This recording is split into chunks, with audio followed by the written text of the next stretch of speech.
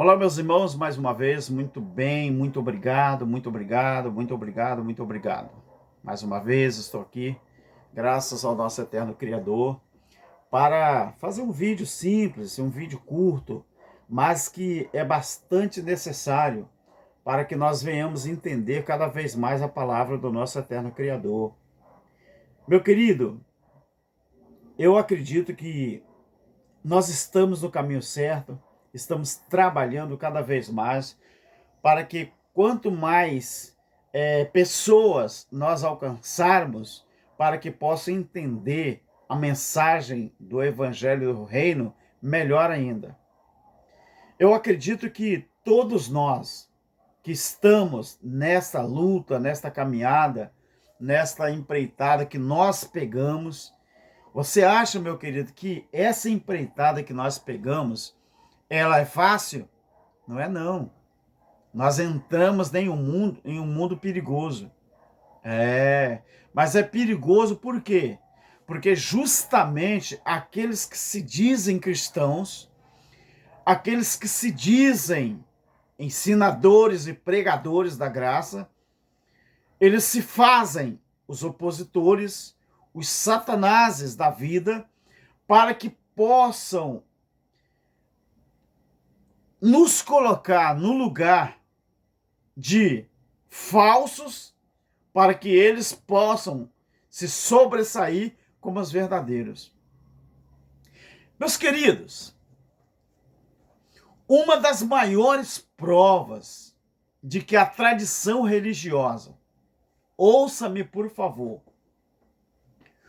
uma das maiores provas de que a tradição religiosa já saiu há muito tempo do propósito de Deus ou dos propósitos de Deus, é quando você observa que eles possuem templos, não dá nem para descrever, luxuosos, templos que você, se for uma pessoa muito humilde, dá até vergonha de frequentar.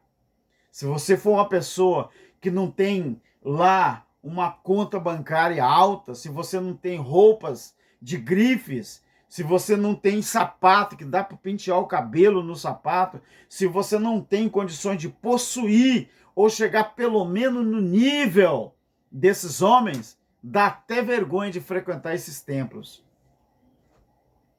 Me pergunta, irmão Alberto, se eu teria coragem de frequentar um templo religioso tão luxuoso como eu vejo, como você vê nos dias de hoje. Então a maior prova de que essa tradição religiosa ela já saiu há muito tempo do propósito de Deus é quando você observa isso. Esses templos luxuosos, mas que, olha a contradição, mas que os verdadeiros templos do Espírito Santo, que são pessoas, estão em ruínas espirituais, necessitando de alimento tanto físico como espiritual. Então essa é a maior prova de que essa tradição religiosa que aí está já saiu há muito tempo do propósito de Deus. Outra coisa, meu querido, outra coisa eu vou te contar. Você observa que esses templos que eles compram,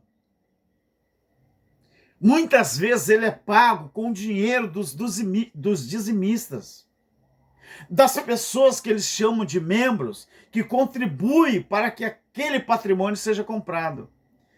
E depois de pago, sabe a quem pertence esse templo? A família do pastor, a família do líder religioso. Como eu gostaria que esses membros entrassem na justiça para ver como fica essa situação. Porque eles possuem templos grandiosos, mas é pago com o dinheiro dos fiéis, que eles chamam de membros. Enquanto eles vivem ostentando esses templos luxuosos, o verdadeiro templo do Espírito Santo de Deus muitas vezes está em ruína. Que esses templos, sim, esse é bíblico e é verdadeiro, que são pessoas.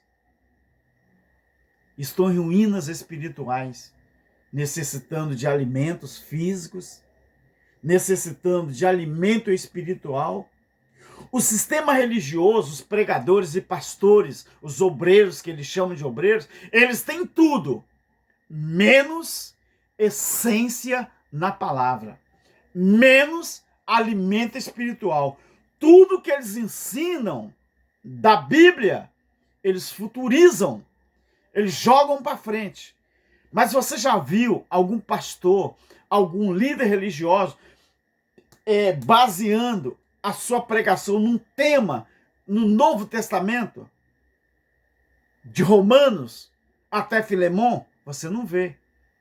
Porque Mateus, Marcos, Lucas e João é livro histórico. Não é livro de evangelho.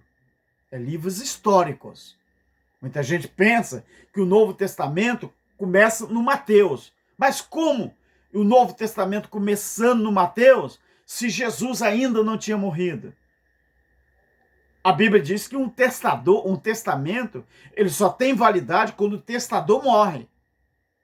Se Jesus não tinha morrido ainda nos livros históricos, como que o Novo Testamento começaria em Mateus? O Novo Testamento começa em Romanos e termina em Filemon. Então, meu querido, Jesus, ele não morreu na cruz para edificar prédios. Não. Jesus, ele morreu na cruz para edificar vidas, pessoas. Mas vocês aí do sistema, vocês não fazem isso. Vocês ficam tentando consagrar pessoas ao ministério que vocês chamam. Ministério esse que terminou lá no primeiro século, aonde os crentes encontraram a perfeição no Criador, em Cristo. Ah, você quer prova? Você quer prova? Examine então o livro de Hebreus, capítulo 12. Todo o capítulo, mas especificamente o versículo 22 e 23. Meu querido, o ser humano, ele nunca vai ser perfeito na carne. Os 5 ministérios de Efésios 4:11 só era válido no primeiro século. A partir de lá, terminaria. Sabe por quê?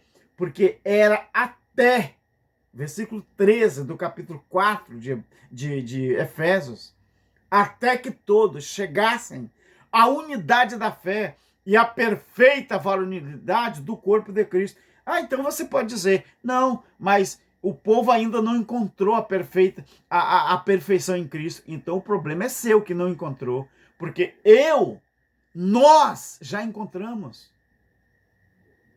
Ou você acha que alguém vai ser perfeito na carne? Meu filho, a carne ela nunca vai ser perfeita, porque ela nasce condenada e morre condenada. Condenada a quê, Malber?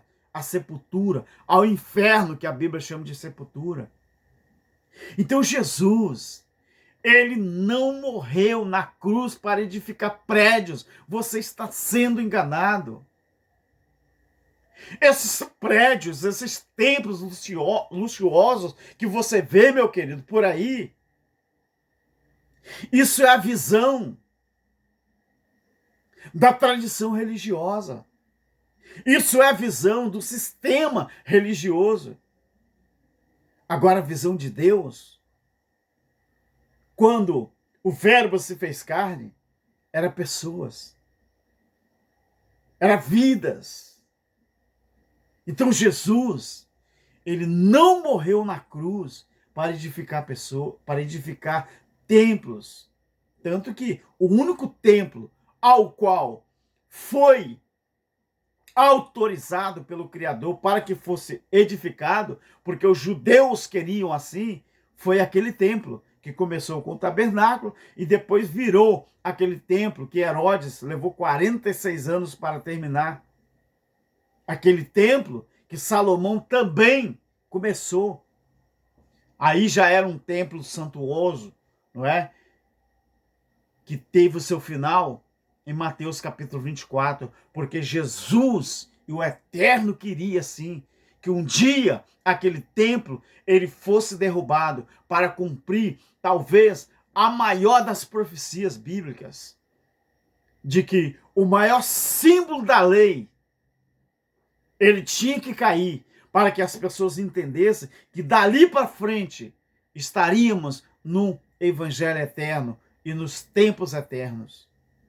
Mas como que os tempos eternos poderiam ser inaugurados se o símbolo máximo da lei estivesse de pé? Muita gente não entenderia.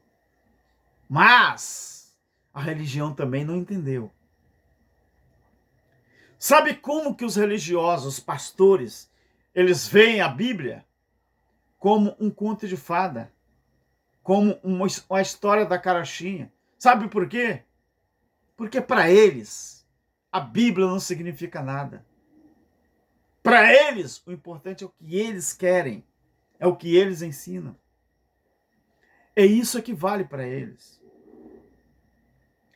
Então, você pode não concordar comigo, meu querido. Mas não tem como você negar os escritos bíblicos. Isso aí não tem como. Você que gosta de nos criticar, eu pessoalmente, eu falo aqui na minha cidade, no meu município, que tem muita gente, muitos líderes religiosos, pastores que eu te conheço, meu querido. Ah, tá. Uhum. Você tem coragem de criticar. Você tem coragem de criticar. Só que você não tem coragem de falar assim, eu vou na casa de um Alberto, eu vou ficar 1 hora conversando com ele. Mas criticar de longe é fácil. Agora vem aqui. Ou me chame para ir na sua sinagoga e dar um estudo pelo menos de 1 hora. Me chame. Você nunca vai fazer isso, sabe por quê? Porque a igreja que você dirige, que você diz que é de Deus, ela não é. Porque se ela fosse de Deus, qual é o seu maior temor? O que você tem a perder? Se o irmão Alberto só iria usar a Bíblia para dar estudo nesse templo que você chama de igreja, convide. Eu aceito de bom coração. Convide. Eu vou mostrar para os membros o que você não tem coragem. O problema seu, pastores, o problema de vocês, é que vocês não conseguem interpretar textos. Vocês não conseguem contextualizar a Bíblia. Mas se pelo menos vocês fossem humildes o suficiente para dizer assim, eu vou renunciar a tudo aquilo que eu aprendi. Eu vou reaver os meus conceitos sobre tudo que me falaram e tudo que me ensinaram. Talvez assim a sua mente abriria. Então a maior prova de que a tradição religiosa já saiu há muito tempo do propósito de Deus é quando vocês olham esses templos ociosos, enquanto que o verdadeiro templo está aí, ó, passando necessidade, tanto espiritual como física. Mas o Eterno nos colocou nessa caminhada, está nos ajudando, nos trazendo entendimento, e nós vamos ajudar vocês. Basta vocês querer, que nós vamos tirar você de onde você está. Para onde? Muita gente fala, para o mundão? Não. Para trazer você para ser um verdadeiro adorador, sem a necessidade dos homens, sem a necessidade de alguém que quer só tirar de você aquilo que você tem, aquilo que você ganha. Graça e paz, e continue nessa fé, porque nós estamos aí e nós vamos lutar em quanto Deus nos dá vida para que as pessoas possam entender a palavra do Criador. Amém? Graça eterna.